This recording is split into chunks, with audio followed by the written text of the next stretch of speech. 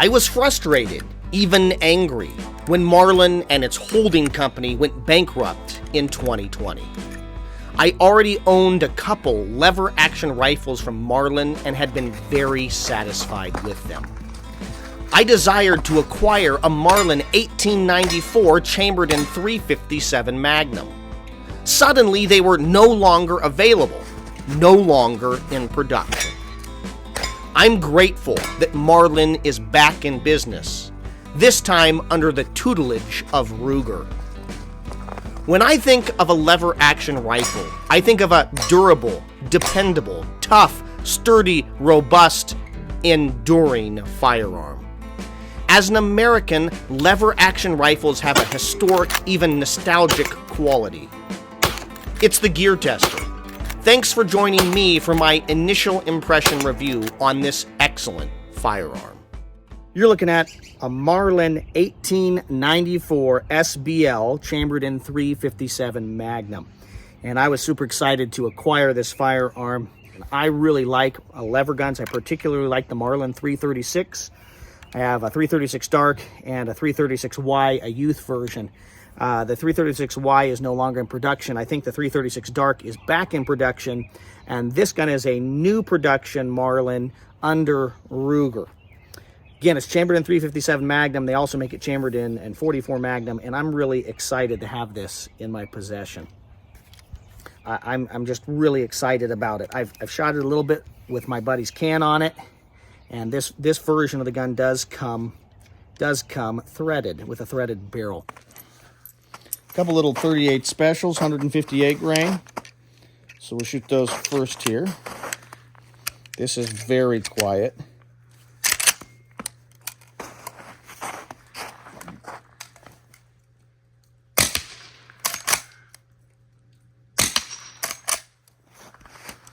I was kind of heartbroken when Marlin went out of business and they stopped making this or a similar version to this gun, because you can shoot .357 Magnum and 38 Special out of this version, and that means that the 38 Special is actually subsonic or close to it when you put a can on. So it's gonna be very quiet so that you're not annoying your neighbors. You can plink from your back porch if you have property where that's safe to do that. And it's such a lightweight, compact little gun. It's under 34 inches from the tip of the barrel to the butt of the stock, so it's relatively compact. I like the gray wood, the gray laminate stock and grip with the stainless steel. The large lever loop is pretty awesome. What I really like is this optics rail here on it. It excites me. Now, I have featured in the past both the other Marlin 336s chambered in .30-30 that I've featured have had a XS big dot sight rail, okay? What do they call it? A scout rail on it. This is Ruger's own rail, and I like it as much or better than the XS sight rails, particularly because of the rear sight here. So the rear sight, you can adjust it, okay, for windage back and forth right here in a very simple way without having to use a set screw, which I really like. There is a set screw over here, okay, to adjust for elevation, but you're still able to more easily adjust for windage. So once you kind of get elevation locked in and then get that tightened down with that set screw, then you're going to be able to adjust easily on the fly for windage, which excites me.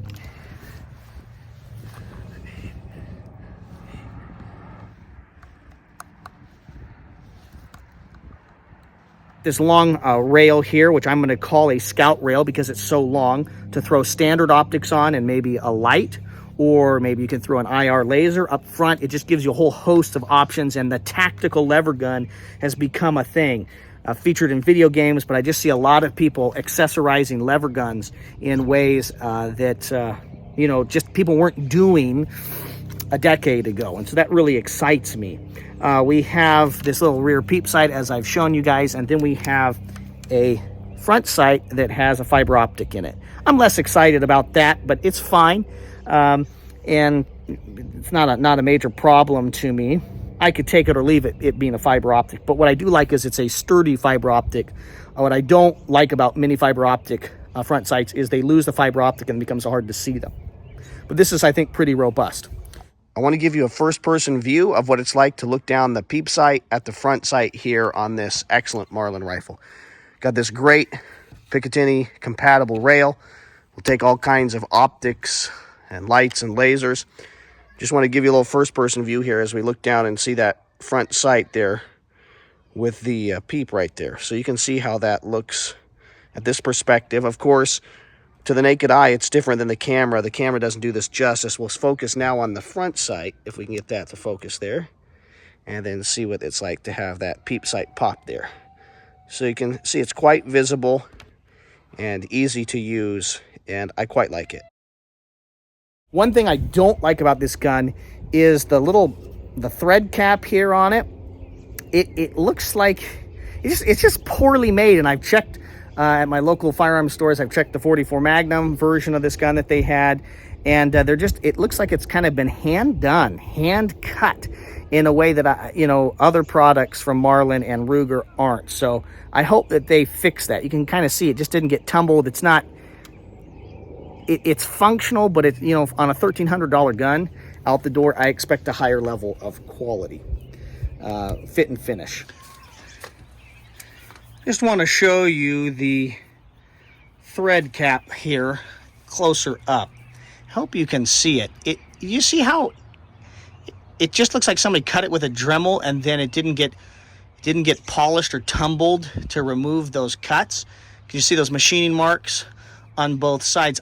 It just seems compared to the rest of the firearm, it just seems kind of shoddy to me. And so that's one thing that I think Marlin can do better. If I can just, another thing, since we're kind of talking about gripes, I don't like how shiny this band here is that retains the stock or the fore grip here onto the gun. I wish that it matched more closely the stainless steel, or that it was black even, rather than it kind of being nickel. It feels like it's maybe nickel plated, something like that. Other than that, I think overall that I'm quite satisfied with the gun. I think the wood is quite handsome. Give you a look at that. Overall, okay, the wood is quite handsome, and the stainless steel is just beautiful. I really like the large lever loop. I think that's a feature that excites me quite a bit.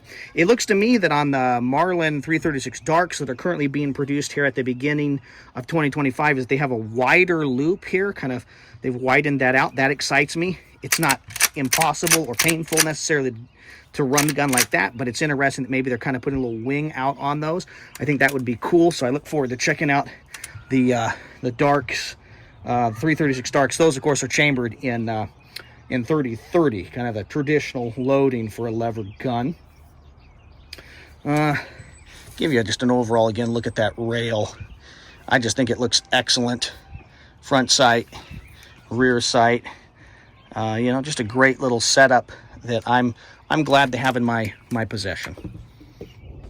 Other than that, I just think it's a beautiful firearm, and I look forward to featuring it here in range reports and then a full-length review here. So look for those. If you have any questions, concerns, anything you feel I got wrong, which is quite possible, leave a comment down below. If you like this video, make sure to hit the like button. And if you haven't subscribed to the TheGearTester YouTube channel, please do that. Subscribe and make sure to hit the notification bell, and you'll be alerted when I produce other quality video reviews on shooting, camping, and survival gear. How useful do you feel lever-action rifles are in the 21st century? Are lever-action rifles simply range toys? Should they be best left to the Wild West in the 1800s and 1900s? Or do you think there's a use case in the 21st century for lever-action rifles? Please leave a comment down below. I'm interested in knowing how you, my valued viewers and subscribers, are thinking. Production on my first range report on the Marlin 1894 SBL chambered in 357 Magnum is already underway. This is the TheGearTester signing off.